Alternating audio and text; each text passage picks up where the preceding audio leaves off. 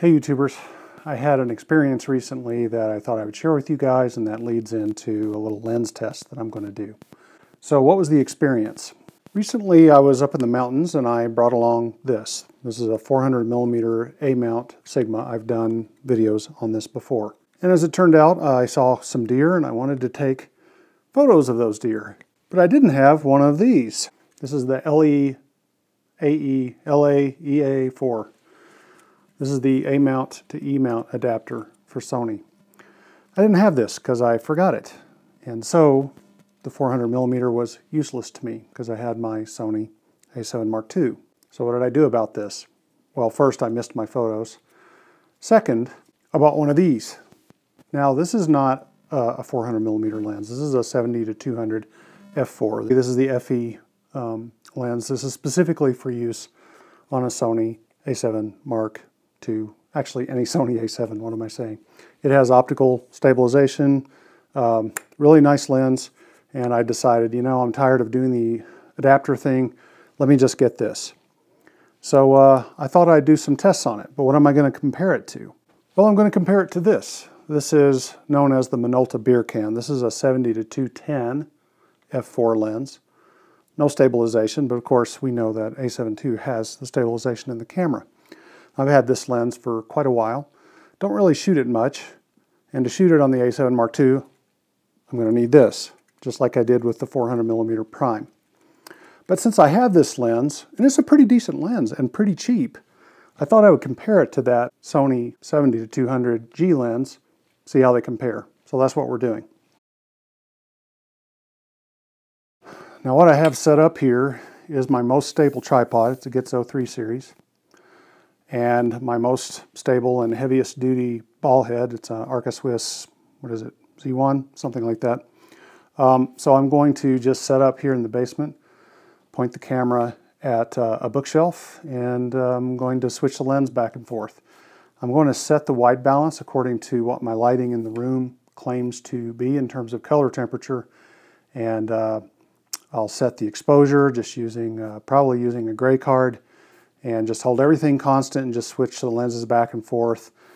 Probably shoot at a couple of apertures, maybe wide open, maybe at f8, and show you the results.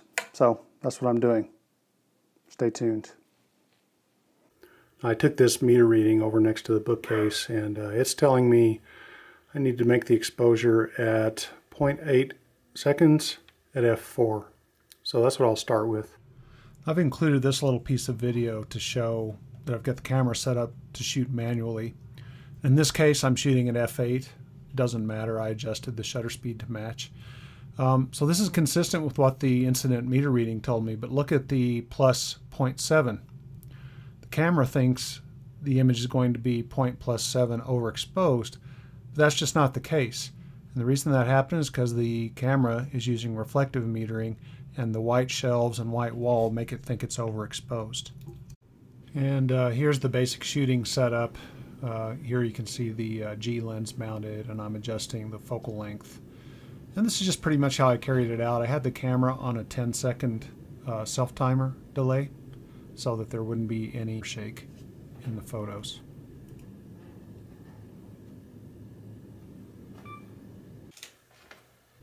And once I had a series of representative photos with one lens, then I switched the lens and mounted the setup back on the tripod. Didn't change the tripod's position at all. However, the mounting height might have varied a little bit between systems.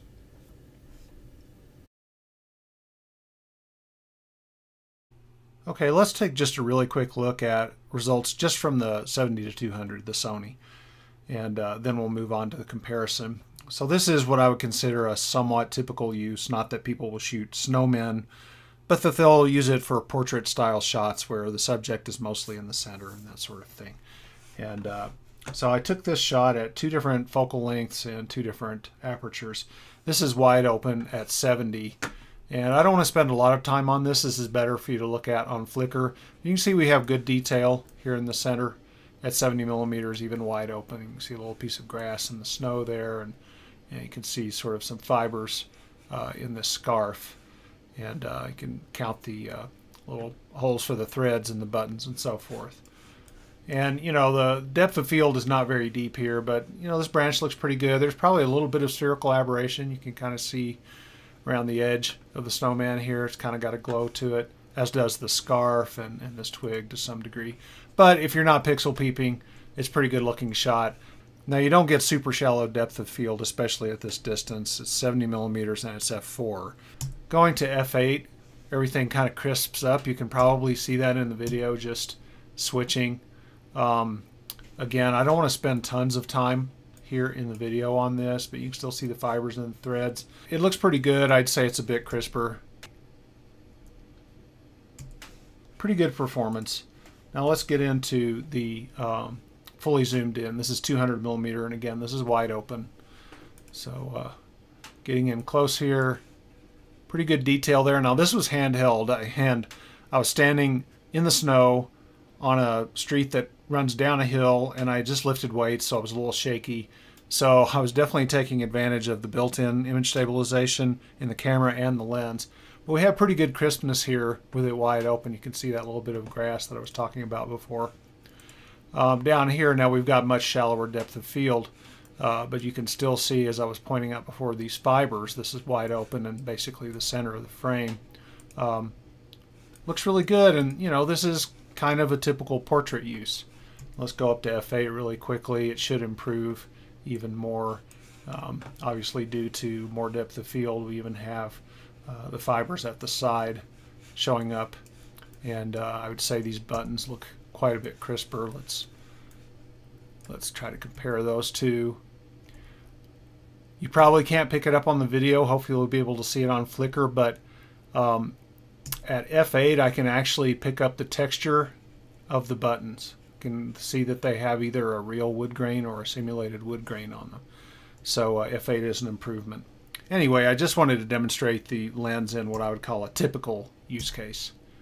The comparison is not a typical use case unless you go around shooting brick walls and bookshelves. So just keep that in mind.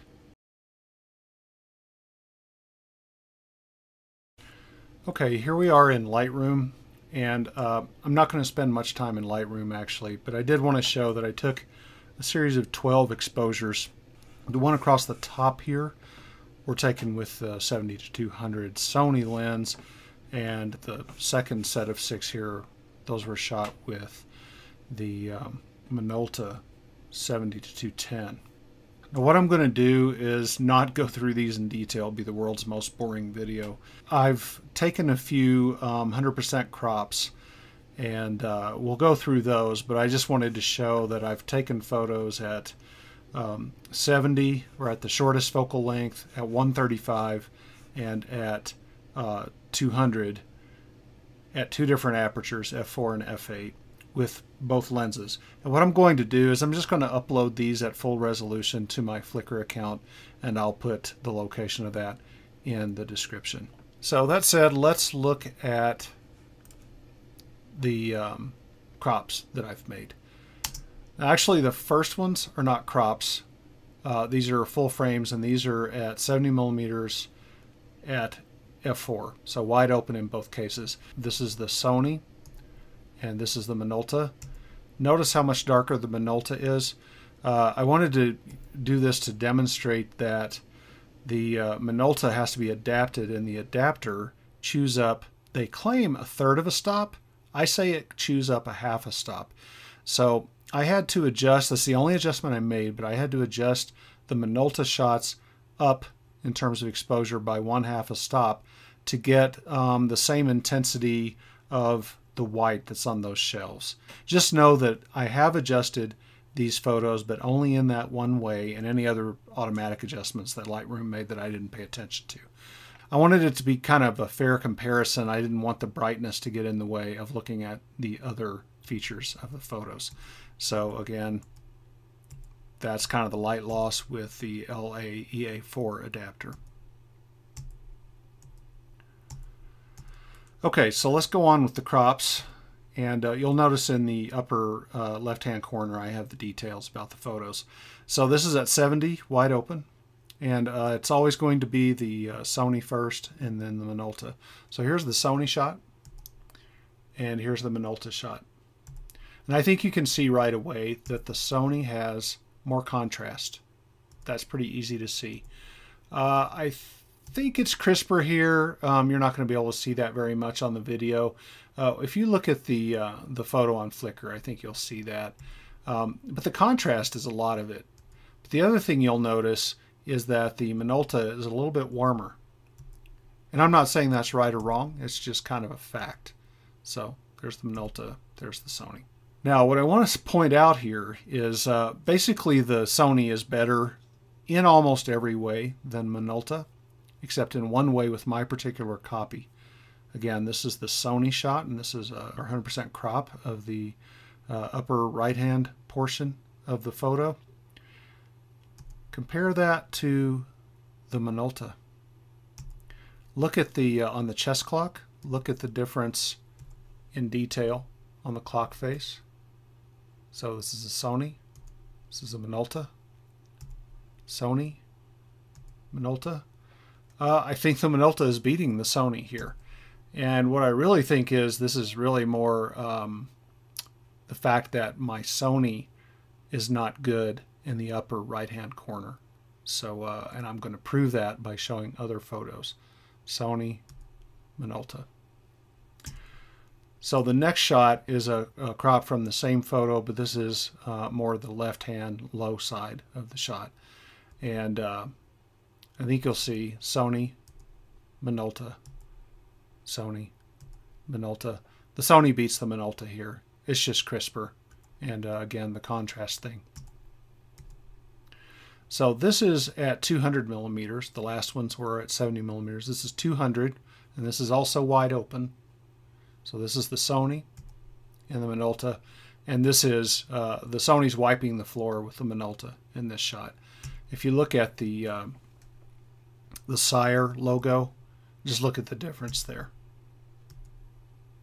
And it's obvious in the text and so forth, but really the reds really show it up. I'm not sure why, but if you look at the talking heads text and the Sire logo, etc., you can really see a big crispness difference there. All right, still at 200 millimeters, still wide open. Now we're on the left-hand side of the photo, just looking at the books that are there. Sony, Minolta. And again, the Sony is pretty much wiping the floor with the Minolta. The one big thing to notice here in the Serpent and the Rainbow book, the Warner Books logo, you can actually see the logo in the Sony shot, and it's all washed out, and you can't really see the separate segments of the W in the Minolta shot, which is showing right now. So Sony winning in this corner. But now let's stay at 200 millimeters and go over there to the right again. And the Minolta is beating the pants off the Sony at this point. Here's the Sony. Here's the Minolta. So I would say that my Sony is imperfect. Now this is pixel peeping, folks. You're not really going to see this on the average shot. You're not going to see it in a print. At least I don't think so, unless you make a huge print. But it's kind of worth pointing out. Sony, Minolta. So obviously the Sony is a better performer and more feature-rich than the Minolta Beercan. However, is it a 10 or more times better lens? Well, it doesn't have 10 times better optical performance in my opinion. So you have to ask yourself, is the optical performance plus the additional features worth the extra money? If you're a casual shooter at longer focal lengths, I'd probably recommend that you at least try out a Beercan and shoot that, but only if you already have the appropriate adapter, because the adapters are kind of expensive. But if you're a serious shooter with a larger budget, or you really just want the additional features and convenience of the Sony, then you have to make your own peace with the cost of the Sony lens. My opinion is that the Sony at around $1,500 new is overpriced. I think it would be better priced around $1,100 or $1,200, and I'm pretty happy that I got mine for $1,000 used, imperfect though it is. So that's it, my opinion on the Sony versus the Minolta Beercan. Thanks for watching as always, and I'll catch you later.